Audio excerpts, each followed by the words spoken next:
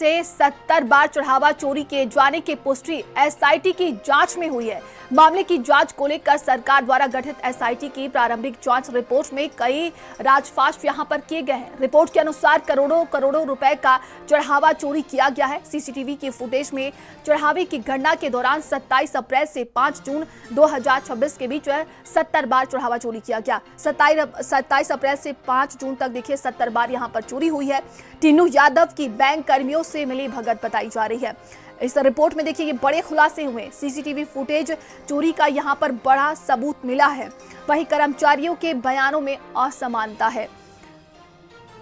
बता दें कि निगरानी व्यवस्था में भी यहां पर कमी पाई गई है। तो एसआईटी की रिपोर्ट में ये बड़े खुलासे किए गए हैं। धनराशि को छुपाने की गतिविधि भी यहां पर दिखाई दी है। वहीं नोटों की गड्डियों से छेड़छाड़ भी हुई है। तो इस पूरे मामले को लेकर लगातार जांच पड़ताल भी चल रही है। चोरी की गतिविधियां लगातार यहां पर चलती रही।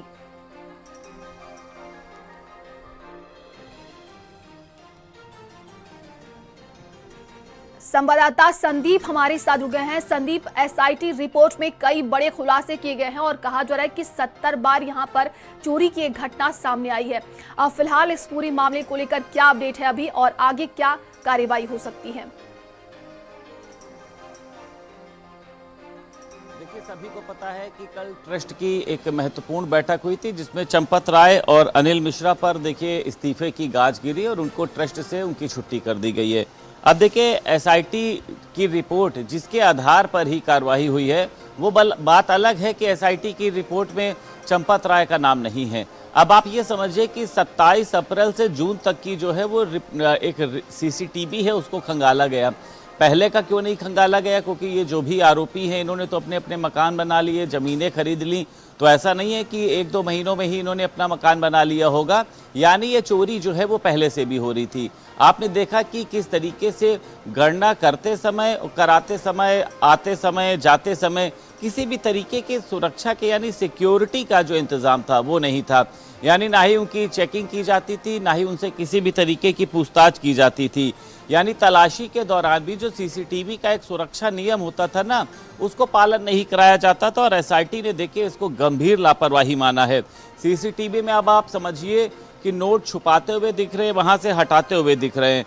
तो पहले की घटनाओं का देखिए आकलन अगर होता तो मुझे लगता है कि ये चोरी देखिए और भी बड़ी हो जाती। इसी के साथ साथ इसमें 6 लोग जो है उनकी भूमिका को बहुत ज़्यादा संदिग्ध माना गया है, जिसमें अविनाश शुक्ला है, अनुकल्प मिश्रा है और उसी के साथ साथ लवकुश मिश्रा और मनीष यादव। ये मनीष यादव जो है ये टुन्नू यादव का भाई ही बताया जा रहा है। और उसी के साथ साथ देखिए करुणेश पांडे, रमाशंकर मिश्रा का नाम भी रिपोर्ट में दर्ज है। कई अब ये देखा जा रहा है कि कई आपराधिक जो बड़े केस हैं वो इन पर लगाए जा सकते हैं और पर्यवेक्षण की जो जिम्मेदारी है देखिए वो एक बहुत बड़ी गंभीर विफलता के रूप में दर्ज की गई है। अनिल मिश्रा पर निगरानी को लेकर सवाल है, सुरक्षा उपायों को सुनिश्चित नहीं किया गया, गणना प्रभारी की भूमिका पर सवाल है, नियुक्ति और कार्य आवंटन पर भी सवाल है। अब अंतिम रिपोर्ट देखिए अलग से भेजी जाएगी। तो फिलहाल देखिए इस एसआईटी की रिपोर्ट में चंपत राय एंड कंपनी जो है वो बहुत दूर है और ये जैसा पहले भी कहा गया था कि जो गिने चुने लोग हैं उन्हीं को बलि का बकरा बनाया जाएगा और उन्हीं को देखिए बलि का बकरा बनाया भी गया है। अब इस्तीफा तो ले लिया गया है तो लगे हाथ जो है वो उनसे पूछताछ भी कर लेते कि आप लोग अगर जिम्मेदार पद पर थे तो आप लोग जो है वो ध्यान क्यों नहीं दे रहे थे, जबकि ये बात देखिए उन लोगों को पहले से पता थी कि वहाँ पर चोरी हो रही है, वहाँ पर इस तरीके की अनियमितताएं हो रही हैं, वहाँ पे सुरक्षा कारणों में सीसीटीवी के कई बार इसको लेकर शिकायत भी करी गई है। लेकिन जब आंखें मूंद कर बैठ जाएंगे तो क्या ही होगा, ये बात तो सब समझ रहे हैं। और उसी का ये कहा जा सकता है कि जो अंजाम है वह सिर्फ ये लोग नहीं झेल रहे हैं, ये पूरी अयोध्या वासी और पूरा उत्तर प्रदेश देखिए इस बात को झेल रहा। आज अयोध्या में आप समझ लीजिए लगभग श्रद्धालु में 70% की गिरावट आई है। जो सड़कें भरी रहती थी श्रद्धालुओं से, आज वहां पे श्रद्धालु पहुंच ही नहीं रहे। और ये नुकसान सिर्फ इनको नहीं हुआ है, ये नुकसान जो है ये मंदिर कमेटी को भी हुआ है कि पहले जो भर के जोली भर के आपके वहां पर दान चढ़ाते थे, आज वो दान नहीं चढ़ा रहे, आज वो कह रहे हैं सिर्फ हम अपनी श्रद्धा दान करने आए हैं। तो आपने कितना माहौल खराब कर दिया। आज अयोध्या के दुकानदारों को जो श्रद्धालु बाहर से पहुंच रहे हैं, अगर वो सामान का कुछ बढ़ा के पैसा मतलब कुछ थोड़ा सा महंगा लग रहा है तो कह रहे हटाओ यार, इनके यहाँ से नहीं लेंगे, ये लोग चोर हैं। ये सब यहाँ की, मतलब ऐसा नहीं कि मैं अपने आप से कुछ इसको कह रहा हूँ, ये दुकानदार मुझको ये बात बता रहे हैं। तो अब देखिए 22 जुलाई को फिर एक बैठक होनी है। एसआईटी को भी देखिए 22 जुलाई को ही जैसा बताया जा रहा था कि एक अपनी रिपोर्ट सौंपनी है, उसके बाद एक फिर से बैठक होगी।